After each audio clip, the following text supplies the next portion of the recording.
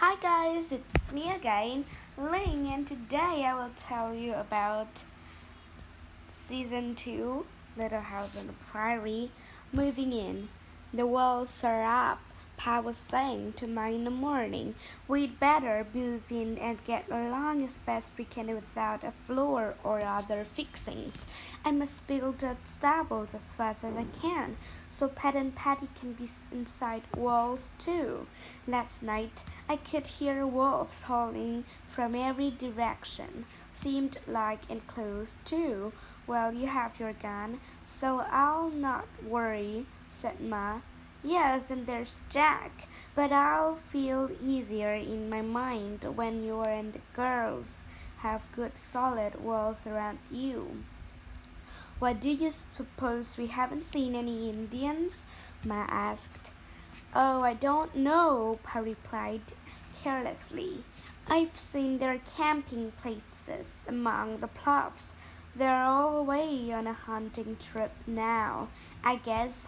Then Ma called, Girls, stand up, and Laura and Mary scrambled out of bed and into their clothes. Eat your breakfasts quickly, Ma said, putting the last of the rabbit stew on their tin plates.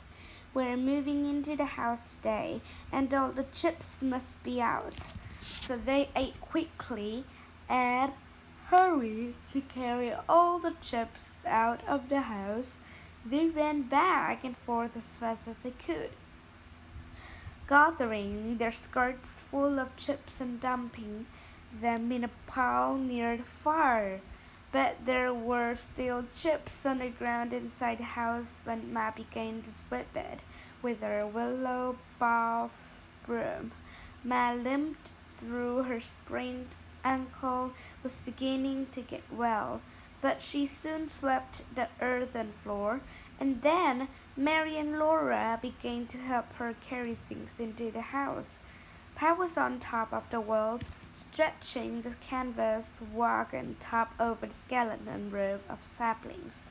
The canvas billowed in the wind. Pa's bird blew wildly, and his hair stood up from his head as if it were trying to pull itself out. He held on to the canvas and fought it. Once it jerked so hard that Laura thought he must let go or sail into the air like a bird. But he held tight to the wall with his legs and tight to canvas with his hands, and he tied it down. There, he said to it. Stay where you are, Aunt Bee. Charles, Ma said. She stood with her arms full of quilts and looked up at him reprovingly. And be good. Pa said to the canvas. Why, Caroline, what did you think I was going to say? Oh, Charles, Ma said, you scallywag. Pa came right down the corner of the house. The ends of the log stuck out, and he used them for a ladder. He ran his hand through his hair so that it stood up even more wildly, and Ma burst out laughing. Then he urged her quilts and all. Then they looked at house, and Pa said, How's that for a snug house? I'll be thank you to get into it, said Ma. There was no door and there were no windows. There was no floor except the ground and no roof except the canvas, but that house had good stout walls and it would stay where it was. It was not like the wagon that every morning went on to do some other place. We're going to do well here, Caroline, Pa said. This is a great country. This is a country I'll be content to stay in the rest of my life, even when it's settled up, Ma asked. Even when it's settled up, no matter how thick and close the neighbors get, this country'll never feel grounded. Look at the sky.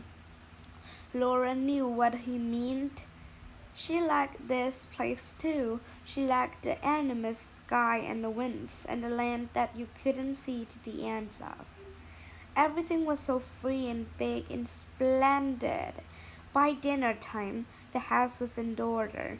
The beds were neatly made on the floor. The wagon seat and 2 envelopes were brought in for chairs. Pa's gun lay on its packs above the doorway. Boxes and bundles were neat against the walls. It was a pleasant house. A soft light came through the canvas roof.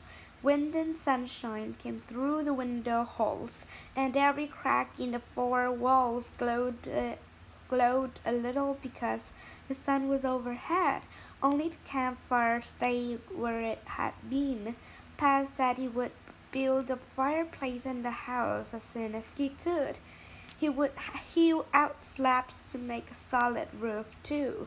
Before winter came, he would lay a puncheon floor and make the beds and tables and chairs.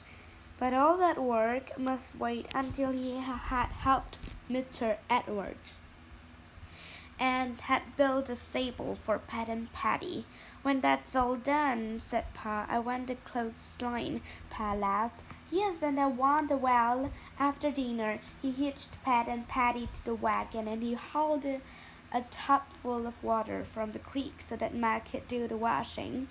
You could wash clothes in a creek, he told her. Indian women do.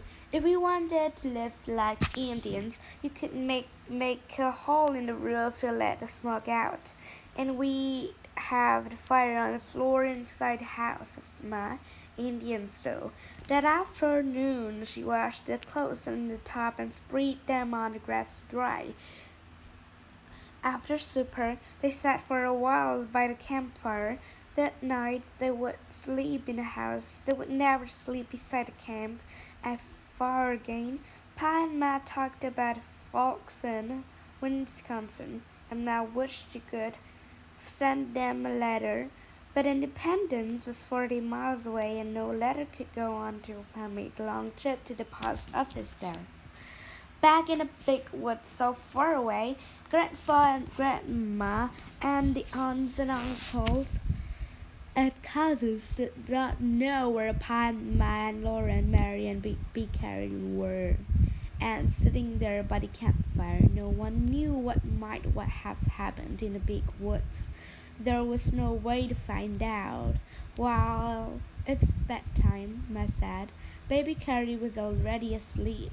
Ma carried her into the house and undressed her, while Mary unbuttoned Laura's dress and petticoat waist down the back, and Pa hung a quilt over the door hole. The quilt would be better than no door. Then Pa went out to bring Pat and Patty close to the house. He called back softly, Come out here, Caroline, and look at the moon. Mary and Laura lay in their little bed on the ground inside the new house and watched the sky through the window hole to the east. The edge of the big bright moon glittered at the bottom of the window space, and Laura sat up. She looked at the great moon sailing silently higher in the clear sky. Its light made silvery lines in all cracks on that side of the house. The light poured through the window hole and made a square of soft radiance on the floor. It was so bright that Laura saw Ma plainly when she lifted the quilt at the door and came in. Then Laura very quickly lay down before her. Ma saw her noddily sitting up in the bed. She heard Pat and Patty whinnying softly to Pa. Then the faint thuds of their feet came into her ear from the floor.